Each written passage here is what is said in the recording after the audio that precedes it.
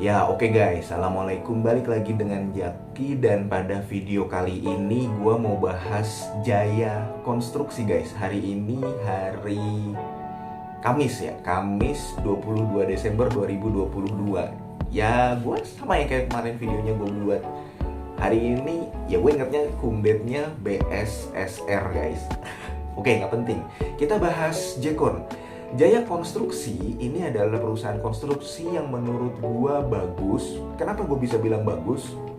Kita lihat laporan keuangannya guys, karena laporan keuangannya sudah keluar. Kalau gua nggak salah tanggal 15 Desember kemarin, dan laporan keuangannya ini dalam ribuan.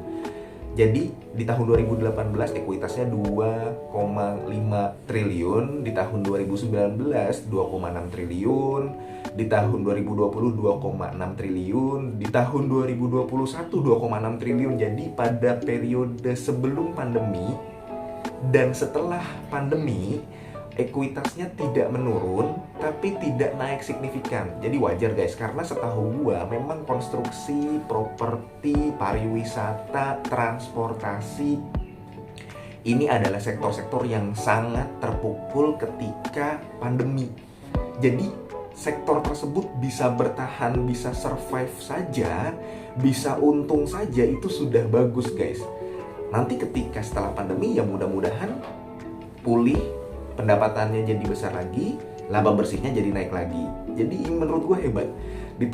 Di tahun 2022 ekuitasnya naik jadi 2,7 triliun. Jadi kenapa ekuitasnya bisa bertahan dan justru naik walaupun melewati masa pandemi? Gue melihatnya ya karena salah satu alasannya adalah si Jekon ini pada tahun 2020 dan di tahun 2021 dia tidak membagikan dividen, dan gue setuju dia tidak membagikan dividen karena ya dia menyelamatkan perusahaannya dulu. Jadi manajemennya memang memikirkan si perusahaannya dulu, baru nanti mikirin yang lain, tapi perusahaannya dulu nih diselamatin. Nah kayak begitu guys, gue melihatnya si Jekon ini seperti itu.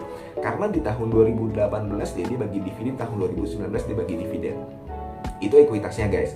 Kemudian kita lihat dari pendapatan usahanya. Jadi pendapatan usahanya memang masih lebih turun dibanding di tahun 2018. Tahun 2018 itu pendapatannya sampai 5 triliun, tahun 2019 itu sampai 5,4 triliun. Tahun 2020 ini udah mulai kelihatan, kan 2020 ini awal-awal pandemi ya. Nah, ini udah mulai turun di 3 triliun, di tahun 2021 di 3,4 triliun. Di tahun 2022 sampai kuartal ketiga ini sudah 2,7 triliun. Tapi sebenarnya kalau misalkan kita lihat 2,7 triliun di kuartal ketiga nih guys, misalkan kita setahunkan, nah dia sebenarnya berpotensi melebihi pendapatan pada saat tahun 2021. Jadi sebenarnya sudah ada perbaikan kinerja kalau menurut gua. Sudah ada perbaikan kinerja dari tahun 2021 dari sisi pendapatannya yang tadinya 33 triliun bisa berpotensi mendapatkan 3,6 triliun di tahun 2022 ini pada tutup tahun penuh. Ya begitu guys.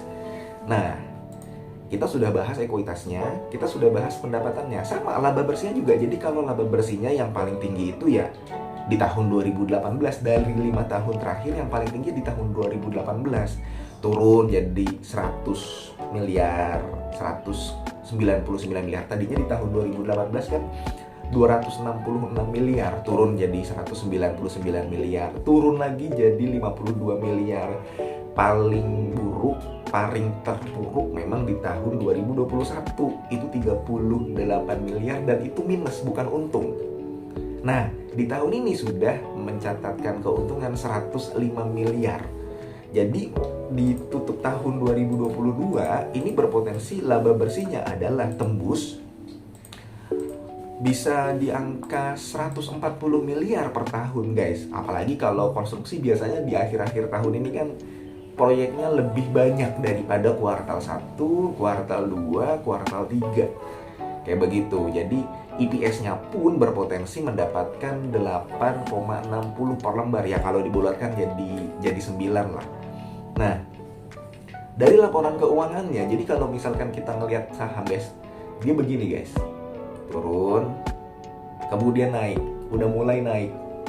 Nah, sebenarnya yang gue suka dari si Jaya Konstruksi ini kan dia waktu lagi tahun 2000, dia kalau lu baca laporan keuangannya guys, ada banyak proyeknya tuh banyak banget, dan memang dimulai di tahun berapa, selesai di tahun berapa, dimulai di tahun berapa, selesai di tahun 2022, dimulai di tahun 2017 misalkan, selesainya di tahun 2021. Bikin bangunan gitu kan nggak cukup 1-2 hari, 1 minggu kan, apalagi yang proyeknya besar-besar, selesainya ya bisa 1 tahun, 2 tahun dan sebagainya. Dan Jaya Konstruksi ini yang salah satu perusahaan, dia membuat yang Grand Prix ini loh, lintasan balap itu loh guys, yang di Mandalika. Kalau gue nggak salah dia buat itu guys, salah satunya. Ada di laporan keuangannya. Dan kenapa waktu tahun 2020 dia masih mencatatkan kinerja laba bersih, sedangkan di tahun 2021 tidak? Jadi di tahun 2020 itu kan awal-awal pandemi itu kalau di luar negeri itu kan 2019 akhir ya guys. Di Wuhan sana pertengahan 2019 itu udah ada beritanya di Wuhan, baru sampai Indonesia orang pertama itu di tahun 2021 bulan Maret. Nah, di tahun 2020 bulan Maret. Pada tahun 2020 itu perusahaan konstruksi masih berjalan. Nah, jadi sebenarnya di awal-awal pandemi masih banyak proyek yang sudah dilaksanakan sejak tahun 2019, di tahun 2018, jadi harus diselesaikan di tahun 2020. Gampangnya begitu, lu bisa lihat laporan keuangannya. Ada beberapa proyek memang diestimasikan selesai di tahun 2020. Nah, ketika di tahun 2020, di tahun 2021 itu kan lagi parah-parahnya, yang orang banyak yang ya almarhum, banyak yang wafat kan kayak begitu. Nah, di situ mulai ada penundaan konstruksi, penundaan pengerjaan proyek, sehingga di tahun 2021-nya itu memang Jaya Konstruksi ini terpuruk dan laba bersihnya jadi minus. Tapi terus terang gue justru suka dengan saham yang seperti ini guys. Karena kenapa? Dia sudah ada perbaikan kinerja dari tahun 2021. Berarti apa sebenarnya? Sahamnya masih di bawah, belum terbang, karena memang kinerjanya juga belum bagus. Dan saham seperti ini yang berpotensi bisa mencatatkan bagger, bahkan multi bagger, karena memang kita kalau misalkan beli di harga sekarang dan kita hold sampai beberapa bulan ke depan, beberapa tahun ke depan, ya tinggal nunggu terbangnya aja kalau kinerjanya juga membaik dan bagus. Seperti itu guys. Nah, sekarang kita ke valuasinya. Di tahun 2018 dia PBV-nya itu 2,3 dengan PER-nya 22. Di tahun 2019 dia PBV-nya 3 dengan PER-nya 41. Jadi mahal guys. Memang Jekon ini ketika di tahun 2018 dan 2019 pada tutup tahun di bulan Desember itu ya mahal. Di tahun 2020 dia PBV-nya 2,4 dengan PER-nya 123 guys, jadi mahal banget. Nah, ya karena memang laba bersihnya turun kan di tahun 2020 ini. Nah, sedangkan harga sahamnya masih belum turun nih, tapi laba bersihnya sudah turun duluan ya, PER-nya jadi mahal. Nah, di tahun 2021 PBV-nya cuma 0,7. Di tahun 2022 sama, PBV-nya juga 0,7. Bedanya adalah kalau di tahun 2021 PER-nya minus, kalau misalkan di tahun 2022 PER-nya sudah 15. Jadi murah nggak guys Jekon? Murah ini Jekon. Memang dari book value-nya dia nggak ada perkembangan book value-nya, ya tetap aja di angka 154, di angka 160. Tapi dia sudah murah di harga 2000 di tahun 2022 ini. Jaya Konstruksi ini murah dengan PBV 0,7 dan PER 15,35. Kemudian si Jaya Konstruksi sudah mencatatkan kinerja yang baik dibandingkan tahun 2021. Ya murah. Kayak begitu guys. Dan Jaya Konstruksi ini fair kok. Kalau misalkan memang dia kondisi perusahaannya baik-baik saja, dia membagikan dividen. Contoh di tahun 2018 dan polanya ketahuan. Dia membagikan dividen payout ratio 20% dengan dividen per lembarnya adalah 3,3. Dia membagikan dividen payout ratio 20% di tahun 2019 lagi dengan dividen per share-nya adalah 2,40. Di tahun 2020 sama di tahun 2021 yang tadi gue bilang, manajemennya menurut gue ya bagus, tidak memilih untuk tidak membagikan dividen karena ya selamatkan dulu perusahaannya. Jangan sampai nanti gara-gara pandemi, gara-gara krisis perusahaan jadi bangkrut. Simpelnya begitu. Karena banyak nggak perusahaan-perusahaan yang tidak survive ketika pandemi? Banyak. Yang PHK, kemudian yang tutup, banyak. Nah, untuk Jekon ini tidak, menurut gua. Dan apakah di tahun 2022 ini nanti dia bisa membagikan dividen? Bisa iya, bisa tidak. Kalaupun iya, ya bagus, kita mendapatkan bagian.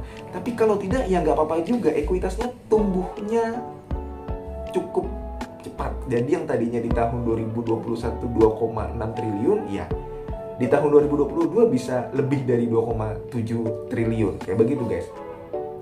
Kalau gue melihat dari harga wajarnya si Jaya Konstruksi ini sendiri adalah di angka 180 guys. Sekarang harga Jaya Konstruksi itu kalau gue nggak salah di harga 132 per lembar. Jadi dilihat dari PER, PBV, dari harga wajar, ya masih murah untuk Jaya Konstruksi ini. Dan yang paling penting guys, yang paling penting, risknya itu minim dibanding rewardnya. Jekon masa iya sih sampai turun ke angka 50 per lembar? Enggak lah, karena kinerjanya udah bagus. Masa iya sih turun sampai ke di bawah 100? Kinerjanya itu sudah meningkat dibanding tahun 2021. Kalau misalkan dia nanti bisa kinerjanya terus membaik, bisa ke angka 300, bisa ke angka 400. Ingat, Jekon ini pernah ke angka 1000 Pak di tahun 2014-2015. Pernah di angka 500, gak usah jauh-jauh lah.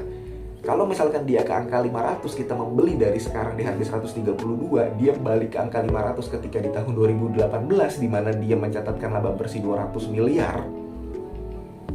Ya udah cuan berapa persen dari capital gain? Udah multi bagger itu kan? Yang kita ambil di harga 132 kemudian balik lagi ke angka 400-500. Udah 200% lebih gitu.